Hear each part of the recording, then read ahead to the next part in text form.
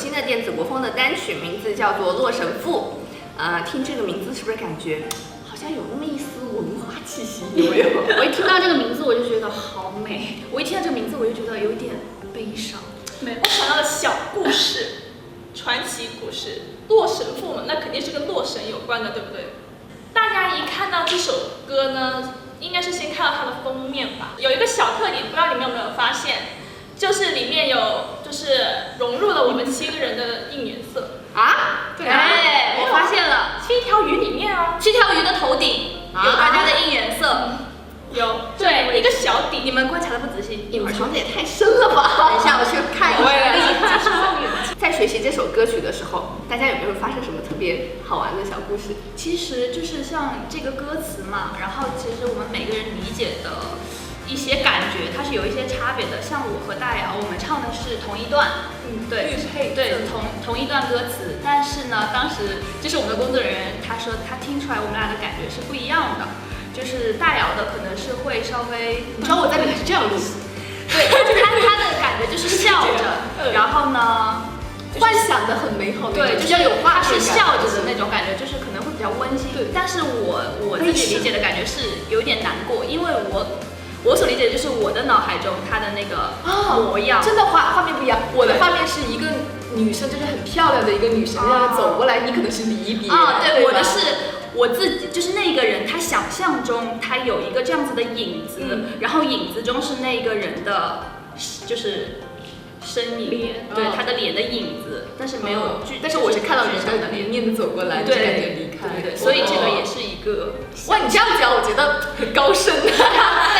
就是每个人他的理解都不一样。其实我跟你们理解可能比较像，因为我是属于那种就是看歌词去理解的，因为玉佩赠予腰间徒留思念，所以我觉得好悲伤，你就只剩思念了。就是你把你的东西留给了我，留作了一个纪念，但你这个纪念给我的都是思念呢，就是见不到，然后只能思念。对啊，我看到了人那种。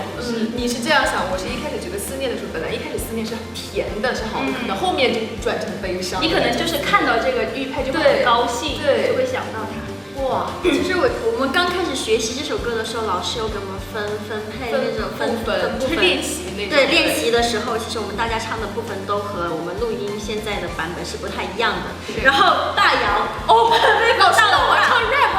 我懵了。但是老师给了我很多机会，果然这个录音棚我不去唱 rap。其实后来去录音的时候，说唱部分也是现场说你唱前面，我唱后面的。对，但是本来老师分配的部分是你要唱后面那一段。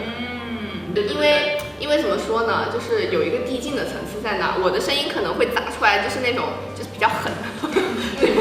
是咬字比较有力一点，所以一般都会放在后面。而且这一次这首歌大家的部分都分的就是比和以前很不一样了，就是比如说我之前是领唱，现在我变成那种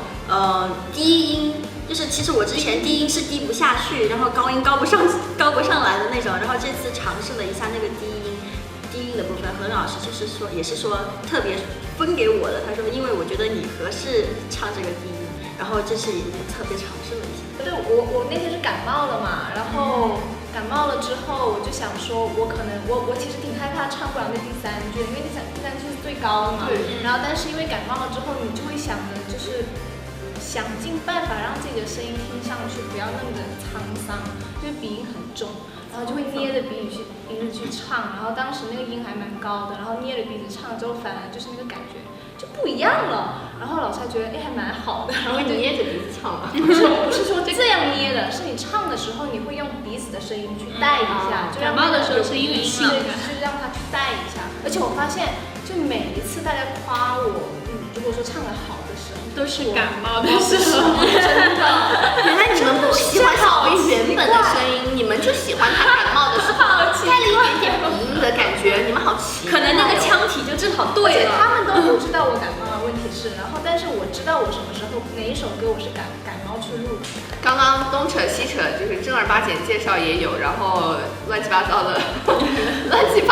这个拓展也有，不知道大家有没有 get 到我们《洛神赋》这首歌它到底是在讲什么东西，然后有没有 get 到我们想传递给你们的东西？希望大家可以从这首歌里头理解到你们所理解的不同的东西。当然了，也可以跟我们分享啊。看我真诚的大眼睛，也可以翻唱哦，对我们等着你们哦。是的，希望大家多多支持我们的新歌《洛神赋》。